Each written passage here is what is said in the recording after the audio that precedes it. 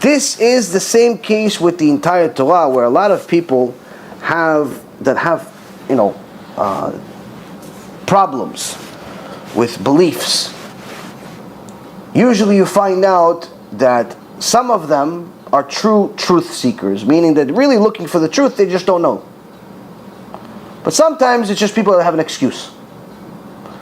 So usually at some point both of these types of people will say, listen, well, how do I know that the Torah is the same Torah that you had in Mount Sinai?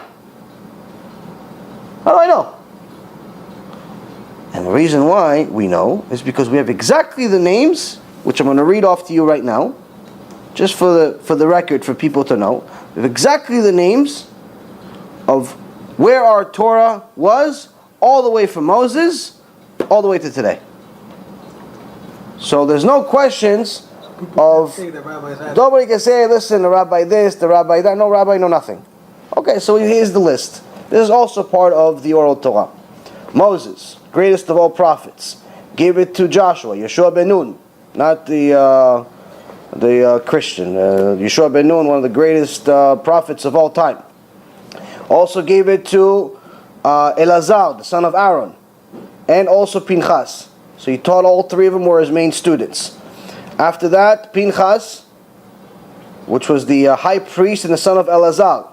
After that was Eli, the judge and the high priest. After that, Eli gave it to Samuel, the prophet. After that, King David. After that, Achia, the prophet. After that, Elijah, the prophet. Elisha, the prophet. Yehoiada, the high priest. Zechariah, Hosea, Amos, Isaiah, Micha. All of these are prophets I'm mentioning. Then it's Joel, or Joel, I think you say it in English. Then the next, each one I'm mentioning, each name I'm mentioning is a generation. Then after Joel, it's Nahum, or Nahum, I think in English, 17th already. Then after that, it's Habakkuk. Then the 19th generation, it's Zephaniah. Then 20th is Jeremiah, the prophet. Then it's Baruch, the prophet. Then after the 22nd generation, it's Ezra, the scribe. But his court, Ezra had the scribe, but he had a court, which included the prophets Haggai, Zechariah, Malachi, Daniel the prophet, which we have the book of Daniel. Like all of these actually have a book of them. Hananiah, Mishael, Azariah, Nehemiah, Mordechai, Zerubbabel, and Shimon HaTzadik. Same one that we have here, we talk about. So Shimon HaTzadik, we are already meeting some of his students, Antigonos, Yosef ben Yoezel. Then from the 24th generation to the 34th generation, there is a series of in the introduction to Mishneh Torah by the Rambam. It's a series of people. He shows you who all those people are. Then in generation 35, Rabbi Yehuda Nasi, Rabbi. He's the one that continued the oral Torah, and he actually abbreviated the oral Torah because the oral Torah was so massive that Rabbi knew that it was the generations are little by little deteriorating, and they're not going to be able to memorize all of this oral Torah. To give you an example, in the Gemara Masechet Avodah Zarah, it says that Avraham Avinu, his Gemara Avodah Zarah, his tractate of Avodah Zarah, had 4,000 parts. 4,000 parts. Ours today is condensed to, I believe, 7. 2 books. Avodah Zarah is 2 books. Small books. 2 books. Each one is 500 pages, I think. Where's it? It was 1. There's 2. This is Gemara Masechet Avodah Zarah. So this is Gemara Avodah Zarah right here. It's these 2 books. How many parts in there? Yes, 5. I'm sorry, 5 parts. We have 5 chapters in Masechet Avodah Zarah. Each one of these, I don't know, maybe 500 pages, let's say. So yes, 5 parts, let's say. So, meaning these 1,000 pages, let's say, are divided into 5 parts. So you have 4,000. He had 4,000. Meaning that just to Avodah Zarah would fill up pretty much half this house, half this living room. We didn't keep it. You understand what I'm saying? This is the oral Torah. This is what he knew in his head. So to finish the Shas, to finish just to finish the Masechet Avodah Zarah will probably take you a lifetime. Forget about finishing the entire Shas. Today, with the minimizing that they've done, it still takes 7.5 years for someone that does Daf Yomi. This is minimized version. This is minimized version. So it all started with Rabbi Yehuda Nasi, Rabbi, in the 35th generation after Moshe Rabbeinu, who minimized it in a brilliant, abbreviated version and called it the Mishnah. And then generation 36 to 39, Rabbi Yochanan wrote the Talmud Yerushalmi. The Talmud, he wrote the Talmud, which you see here, but the Jerusalem version, which came before the Bavli, before the Babylonian Talmud. And this was written, the Talmud was written 300 years after the destruction of the Second Temple. Second Temple was destroyed approximately 2,000 years ago, a little less than 2,000 years ago. So the Jerusalem Talmud was written 300 years after the destruction. Okay? And then in the 39th generation, Rav Asher wrote, the sage Rav Asher wrote down the Babylonian Talmud, the Talmud Bavli. He knew all the rabbis, Rabbi and Rabbi. He knew Exactly. all that stuff. Now all of that, putting together the whole Talmud was work, massive work. It's parv. If you're asking, what is it? It's parv. Parv and it's mezonot. Thank you. Yeah, no. So the putting together the whole Talmud meant that you needed to know not only an enormous amount of Torah, but you needed to know everything that everyone said over the last almost 500 years. Conversation that Rabbi had with this one, the conversation that this one had with Rav, and Rav had with Rava, and Rava had with Abaye, and Abaye had with his students, and students had with Rabbi Meir. You have to know everybody's conversations, what he said, and his opinion, never. This is work, 500 years worth of work. He has to know everything. Amen. Everyone's work, everyone's words, because this is halachot, this is Mount Sinai, this is life or death. And it's all true. Even if one sage disagrees with the other, there's a machloket, they're both right. There's Bet Shammai and there's Bet Hillel, they're both right. We go most of the time, we go by Bet Hillel, he's more lenient. But they say that at the time of Mashiach, we're going to go by Bet Shammai. It's going to be stronger. We're not going to have Yetzirah, Baruch Hashem.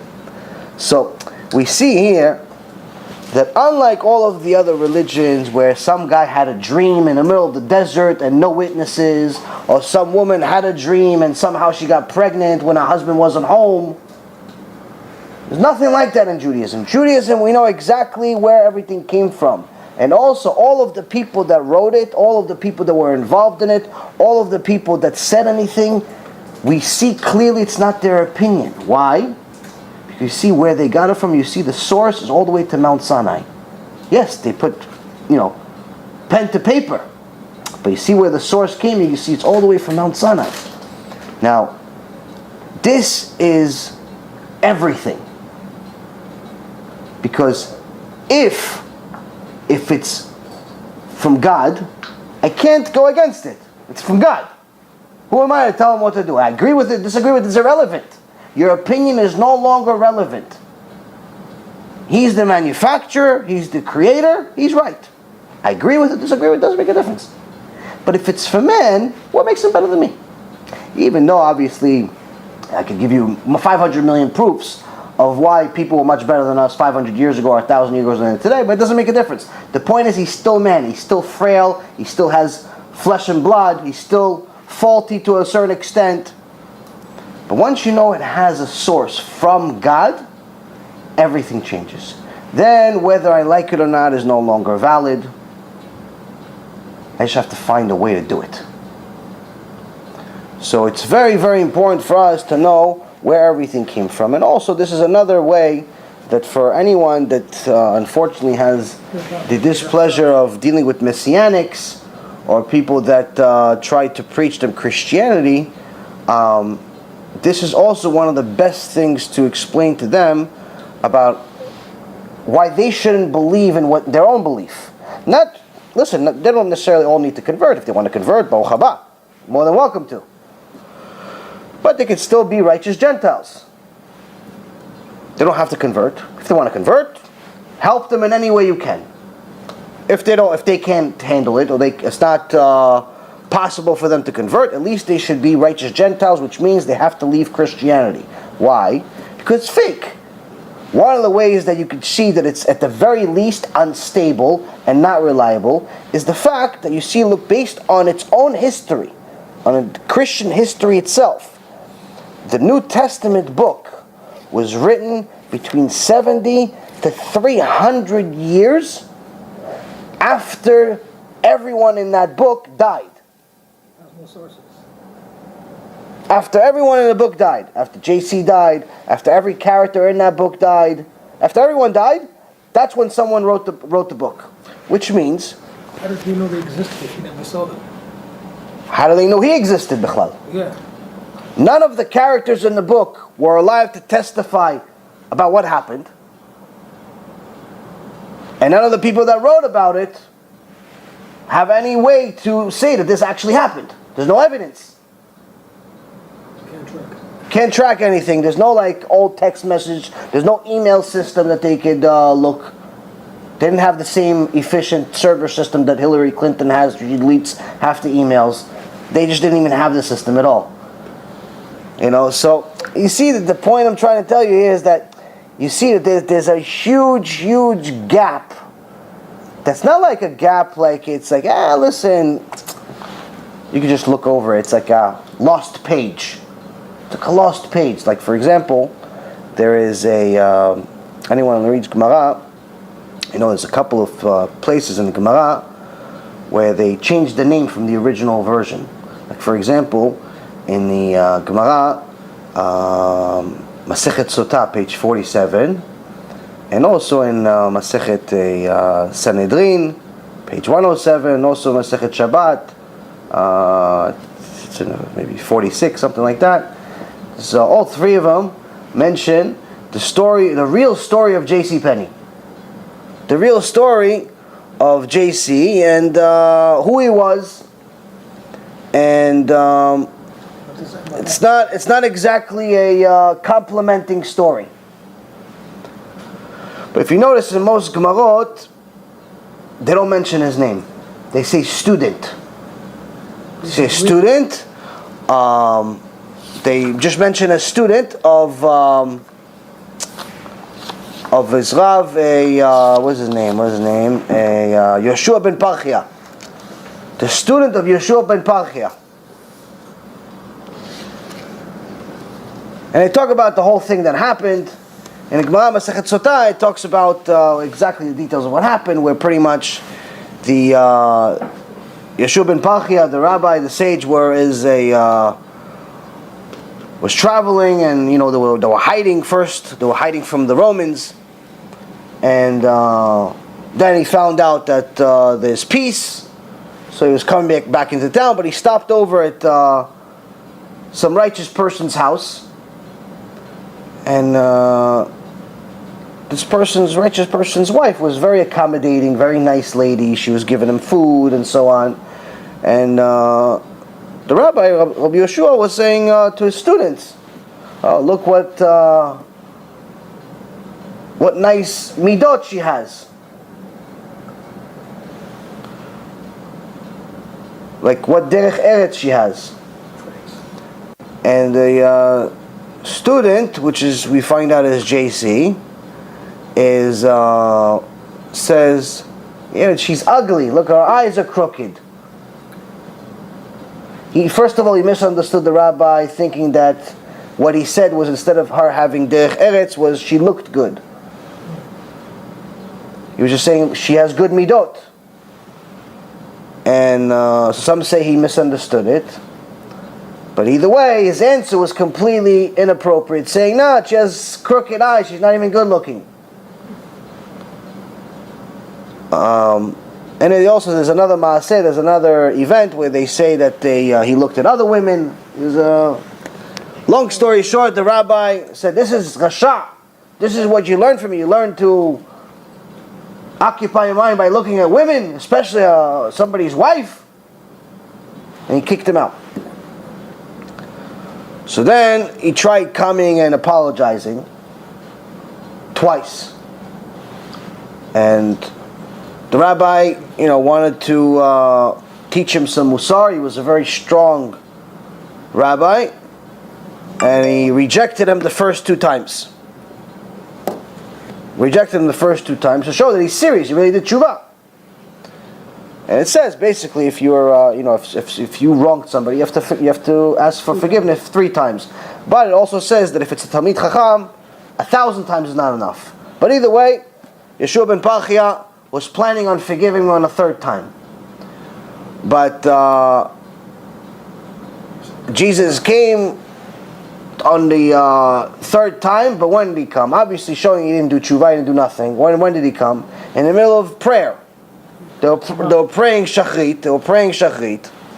Now halacha is, you're not allowed to speak during your prayers. Not like the Bet Knesset where everybody talks like about baseball and football and the elections. You're not allowed to speak during prayer. It's asur. It's a house of Hashem. You're not allowed to speak anything other than prayer in Bet Knesset.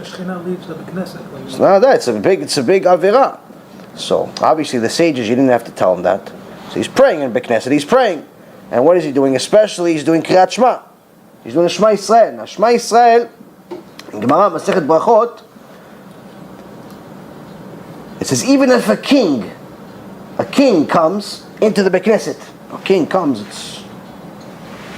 you're not allowed to stop Kriyat Shema. Only if your life is in danger. Only if your life is in danger. So now, scorpion. So now, he's in Kriyat Shema, and this guy is, trying to get his attention. So the rabbi is trying, he can't talk to him. So he goes like this to him, meaning, come back, like I can't talk to you right now. What are you gonna tell him? Listen, I can't talk. You can't tell him. So he's standing like this, like he's waving him. So Jesus takes it a different way than he's supposed to. Or maybe the way that he really wanted to take it just didn't. Whatever the case may be. And he completely falls off. He says, you reject me. He leaves town, he goes and learns sorcery. He goes to people that worship idols and learns sorcery from them. Some people say he learned sorcery and that's how he did some of the magic tricks that he did. Some people say that he took the secret of knowing Hashem's name from Rabbi Yoshua and used it in order to the full name of Hashem, used it to make magic. I don't know if he tattooed it or not. All I know is that the point is that whether he made magic or he didn't make magic doesn't make a difference. The point is, they said that's how the story goes. But then the Gemara continues and says that Rabbi Yoshua came back to him and asked him to do tshuva.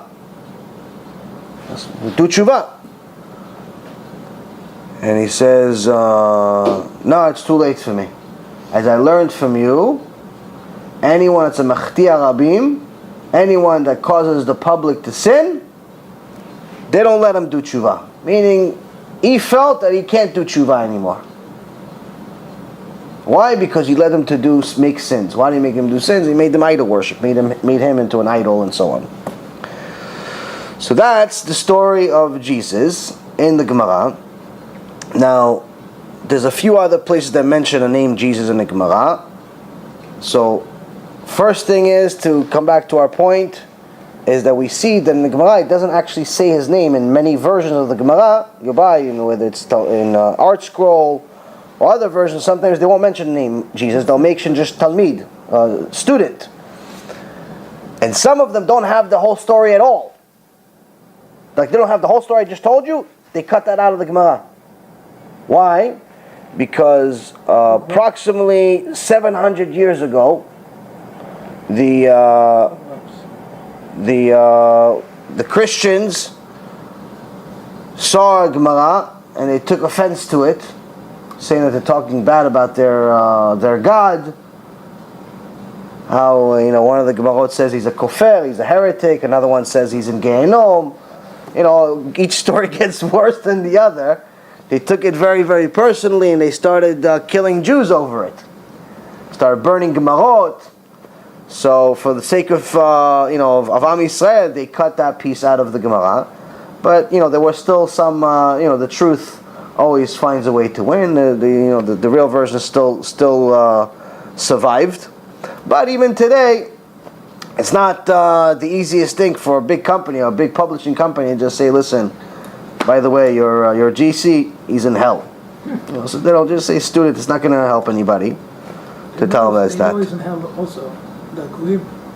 Yeah, the Goyim say it in their book. Some of their own sages say that he went to hell and he came out. He says in hell because he's suffering for our sins. So that's one. So first thing, so we see there's certain changes in there, but again, even the changes, we know where the changes happened. You see what I'm saying here? So even the stuff that we know is different from the original, we know exactly when it changed. We even tried. Judaism is one of the beauties about it is that we could even track the changes of when those changes happened and what they were, meaning that we could always get back to the original. And because there wasn't that many changes anyway, and any one of the changes, we have a reason for it.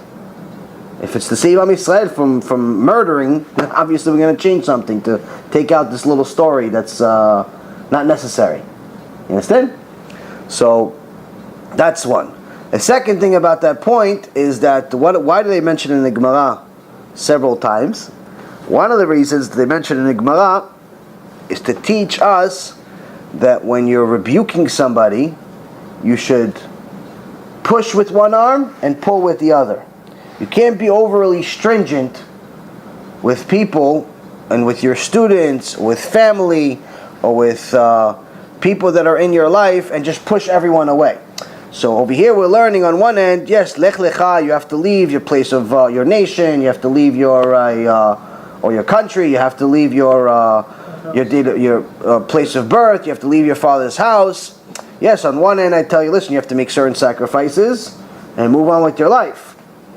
But we're not saying leave them and completely disassociate with them forever.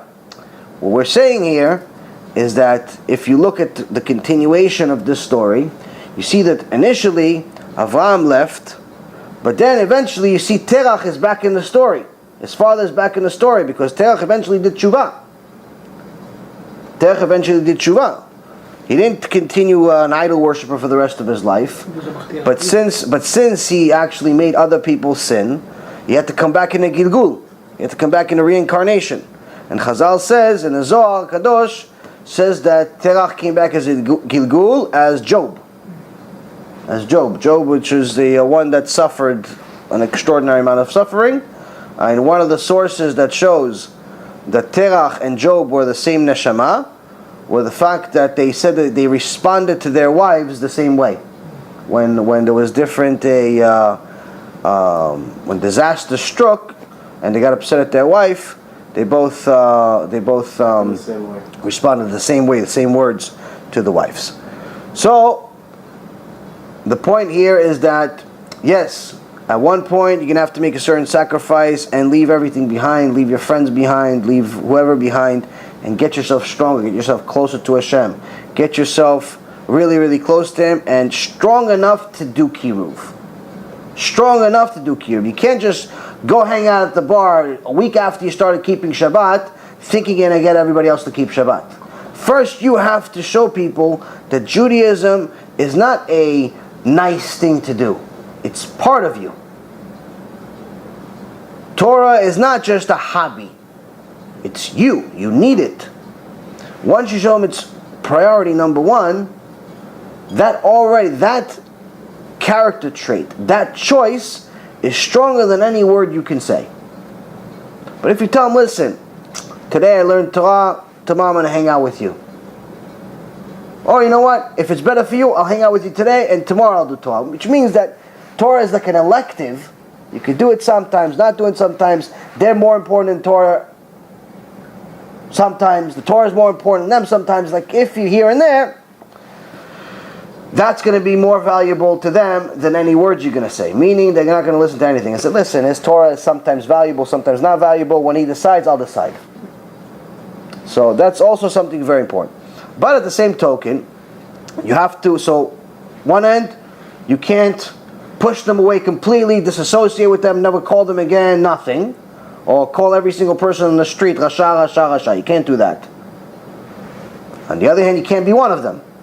So you have to pull them in a little bit. Hey, listen, let's hang out. But you know what? Let's hang out. It's Shiur Torah. You know what? Wanna hang out? Okay, come to my house. And already, when he comes to your house, you already have a Shiur Torah playing. You know, you're not going to watch cable television, Chas v'Shalom. What are you going to do? So you put a DVD in there of Rabbi Zrachi's shiur. You put a YouTube on there. You watch one of our shiurim, and it's already playing in the background. The guy's going to hear, oh, what is that? Oh, and say, let's listen to it 5 minutes. Next thing you know, the guy's listening for 2 hours. So you have to be smart. So you have to be creative with things like this. You pull in one hand, you push with the other hand, and Bezat Hashem, you help people do tshuva. I've heard enough. New arrival screams, echoing through the hallway to know that this ain't good. Once they pass them through the infierno, they don't come back. It's enough to make you go crazy. Do not think we fear you, Spirit.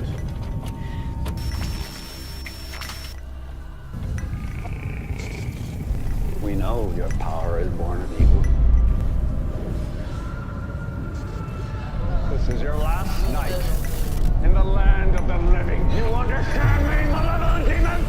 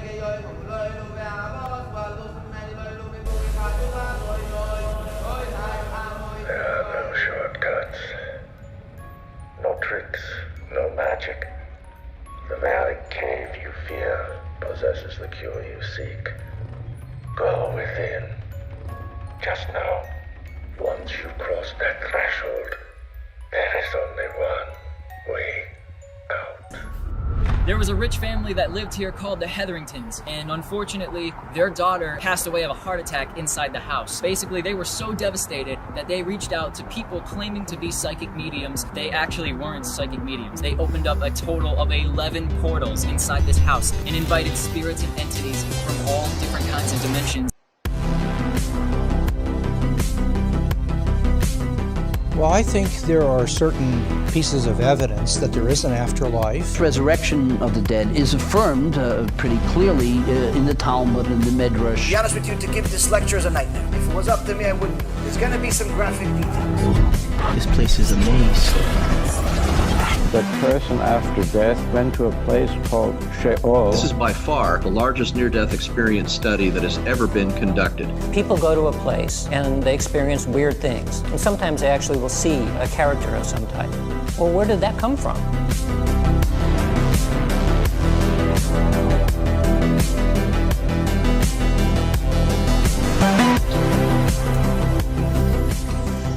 I don't know why that one chain is swinging back there.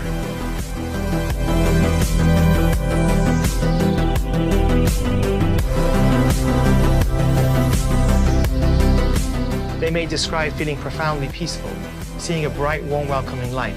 Some people describe watching doctors and nurses working on them with incredible accuracy. Next thing I knew, I was above my body watching the operation. How long did you feel like you were gone? I went to a place of timelessness. And so what that means, it could have been a second, could have been 5 minutes. I don't know.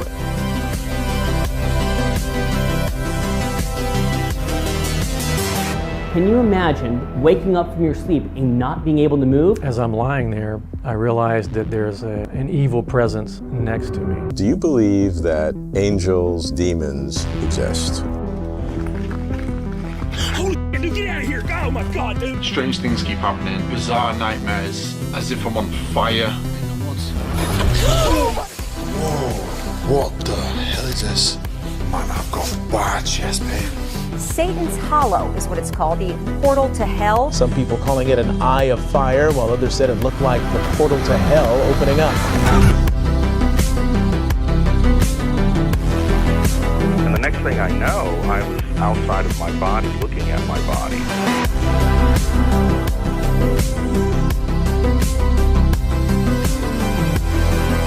What I'm going to do is called claromancy, the art of throwing lots or throwing bones. 2,000 years of experience, passed down, recorded, of how demons work. God has them all on a leash, and he lets the leash go enough to let them tempt us, because that's what makes us spiritually stronger. I'm trying to be as graphic as possible so you understand what we're talking about. It's your ticket to reality. It's your ticket to freedom. It's your ticket to immortality. Is there an afterlife? Is there a God? It's the type of information that can keep you away from the outside. What happens to us after we die?